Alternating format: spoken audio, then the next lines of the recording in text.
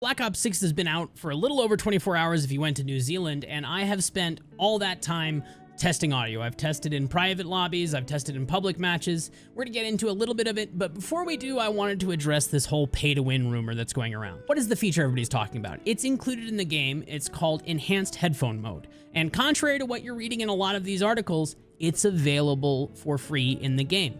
Now, there is a change to it that you can pay for, but we'll get into that in a second. Enhanced Headphone Mode utilizes something called an HRTF. If you didn't watch my last video, an HRTF is a head-related transfer function.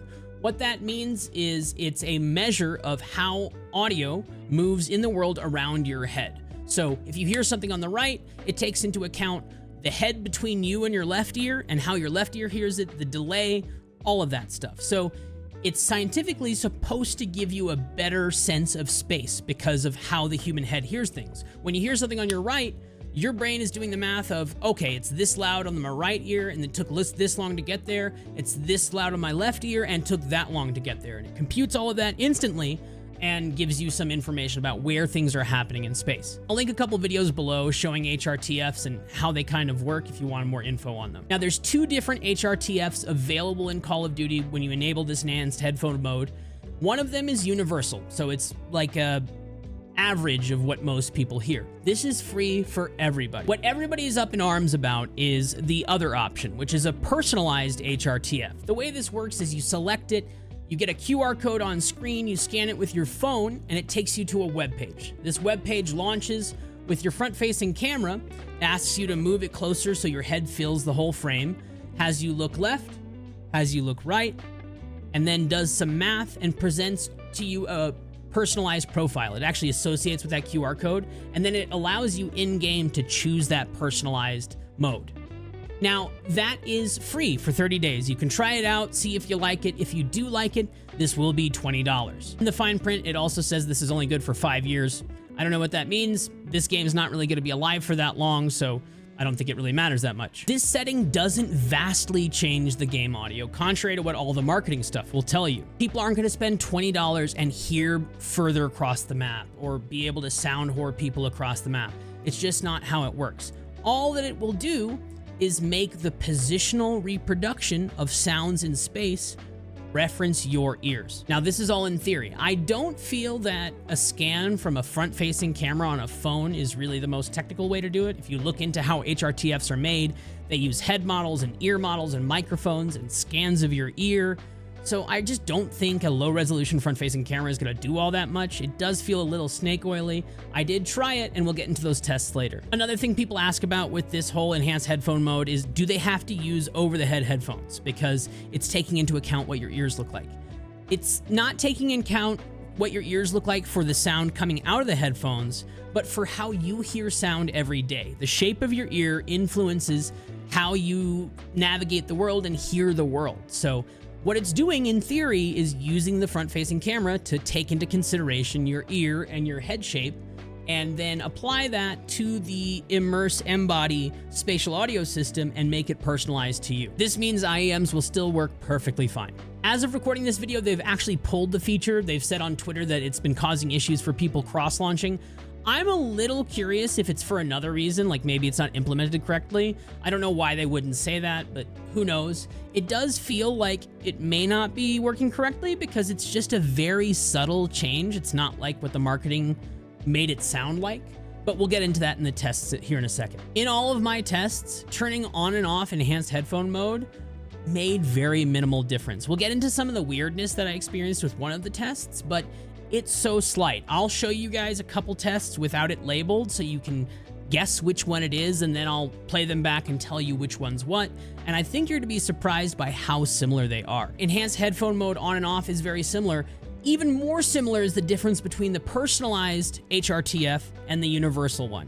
So now that everybody's gotten angry on the internet about having to pay $20 for better audio, pay-to-win audio, it's not pay-to-win audio. It's maybe 1% to 2% different.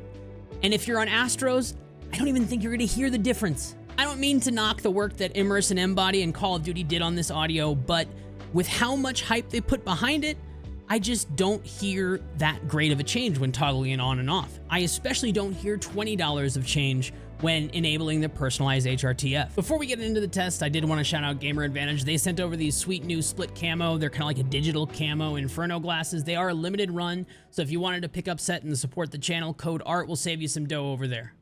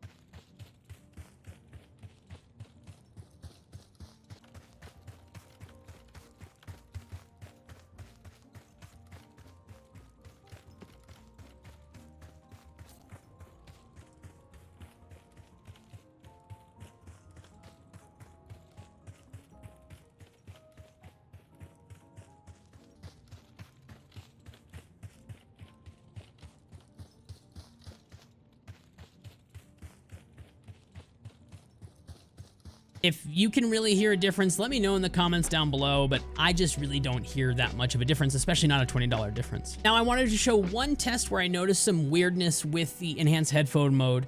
We were testing some mantle sounds, me and my mod Kyle, in a private match, and there are mantle cues now, which is great, but on the enhanced headphone mode on, one of the footsteps of the mantle echoed behind me. And this makes sense logically, like if something loud happens, it's gonna hit the wall and echo back to you, but it makes it sound like it's behind me, and it's very confusing logically. You should watch this one on repeat and just see if you can hear that. Without enhanced headphone mode on, it sounded more direct and more what I'm used to in game. I could clearly hear that they were in front of me and moving closer to me.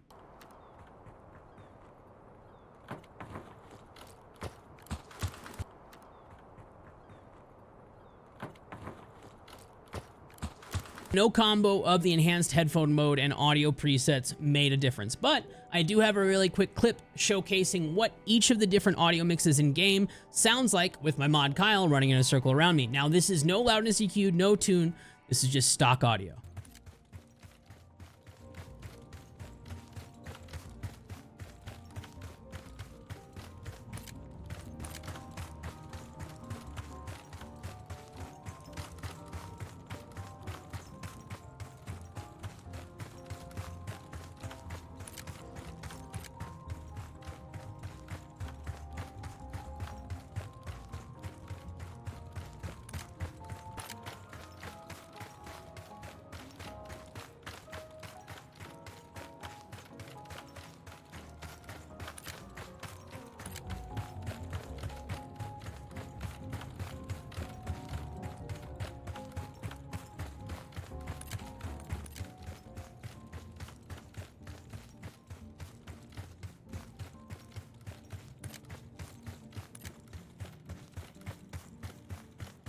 Of these, the one that I gravitated towards the most were headphones and the Treyarch mix. In terms of my tune, I'm gonna need a lot more time testing this to get it really accurate. And I have some thoughts about what's gonna happen with integration that I'll share towards the end of the video. They've changed things from MW3 to now.